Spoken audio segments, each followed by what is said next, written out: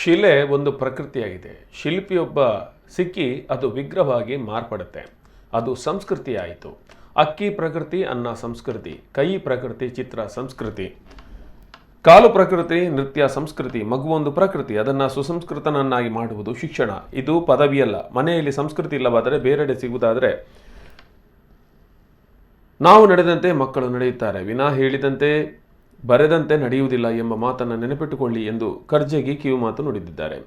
ಬದುಕಿದರೆ ಜೇನು ಹುಳುವಿನಂತೆ ಬದುಕಬೇಕು, ನೊಣಗಳಂತೆ ಬದುಕಬಾರದು. ಹೇಗೆ ಬದುಕಬೇಕು ಎಂಬುದನ್ನು ನಾವೇ ನಿರ್ಧರಿಸಬೇಕಾಗಿದೆ ಎಂದು ಶಿಕ್ಷಣ ತಜ್ಞ ಗುರುರಾಜ ಕರ್ಜಗಿ ಹೇಳಿದರು. ಶ್ರೀಕೃಷ್ಣ ಮಠ ಪರ್ಯಾಯ ಅದಮಾರ ಮಠದ ವತಿಯಿಂದ ಬುಧವಾರ ರಾಜಾಂಗಣದಲ್ಲಿ ನಡೆದಂಥ ವಿಶ್ವಾರ್ಪಣಾ ಕಾರ್ಯಕ್ರಮದಲ್ಲಿ ಅವರು ವಿಶೇಷ ಉಪನ್ಯಾಸ ನೀಡಿದರು. ಪರ್ಯಾಯ ಅದಮಾರ ಮಠದ ಆಶ್ರಯದಲ್ಲಿ ಕಳೆದ 18 ದಿನಗಳಿಂದ ವಿಶ್ವಾರ್ಪಣಾ ಕಾರ್ಯಕ್ರಮ ನಡೀತಾ ಇದೆ. ಬುಧವಾರ ಸಂಜೆ ವಿದುಷಿ ವಾಣಿ ಸತೀಶ್ ಬೆಂಗಳೂರು ಇವರಿಂದ ಕರ್ನಾಟಕ ಶಾಸ್ತ್ರೀಯ ಸಂಗೀತ ಕಾರ್ಯಕ್ರಮ ನಡೆಯಿತು. ವಿದ್ಯೆಗಳು ಮತ್ತಿನ ಪೀಳಿಗೆಗೆ ಅದು ಯಾವುದೇ ರೀತಿಯ ಸದುಪಯೋಗ ವ್ಯಾಪಿಸಿಕೊಂಡಿದೆ. ಯಾವುದೇ ಒಂದು ಕ್ಷೇತ್ರದಲ್ಲಿ ಅಥವಾ ಯಶಸ್ಶ್ರೇಷ್ಠರು ಇರತಕ್ಕಂಥ ಪುಣ್ಯಪ್ರದವಾದಂಥ ಎಷ್ಟೋ ವೃಂದಾವನಗಳು ಇಲ್ಲಿದೆ.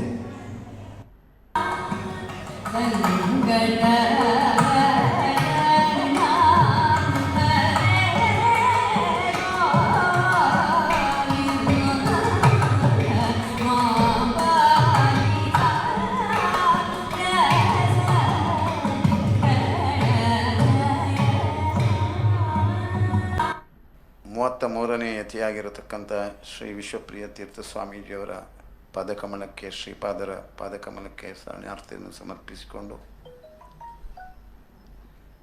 ಈ ಒಂದು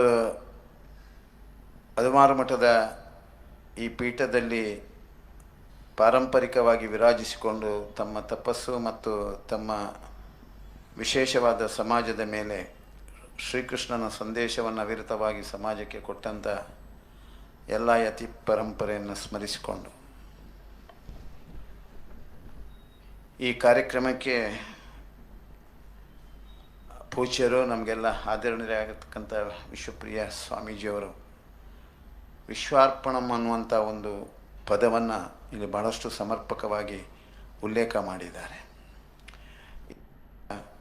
ಬೇರೆ ಬೇರೆ ಶಾಸನಗಳು, ಇತಿಹಾಸದಲ್ಲಿ ಎಷ್ಟೋ ರೀತಿಯ ದೇವಸ್ಥಾನದ ವಾಸ್ತು ಇರಲಿ ಮತ್ತು ಆಗಮೋಕ್ತ ಶಾಸ್ತ್ರ ಇರಲಿ, ಅದೇ ರೀತಿ ಪೂರಕವಾಗಿರತಕ್ಕಂಥ ನಮ್ಮಲ್ಲಿರತಕ್ಕಂಥ ಎಷ್ಟೋ ಒಳ್ಳೆ ವೈದ್ಯಕೀಯ ಗ್ರಂಥಗಳು ಮತ್ತು ಆ ವಿದ್ಯೆಗಳು ಪ್ರಚಲಿತವಾಗಿ ನೆನೆಸ್ಕೊಂಡು ಇವತ್ತು ದಾನ ಮಾಡ್ತಿದ್ದಾರೆ. ನಾನು ಯಾಕೆ ಹೇಳ್ತೀನಿ ಅಂದರೆ, ಒಂದು ಪರಂಪರೆ ಆಗಬೇಕಾದ್ರೆ ಹಿರಿಯರು ಹಾಕಿದಂಥ ಮಾರ್ಗದರ್ಶನ ಮಕ್ಕಳಿಗೆ ಸಿಗಬೇಕು. ಸಿಕ್ಕಾಗ ಮಾತ್ರ ಆಗ್ತದೆ. ಅದು ಕಣ್ಣು ಮುಂದೆ ಕಟ್ಟಿದಂಥ ಮಾರ್ಗದರ್ಶನ.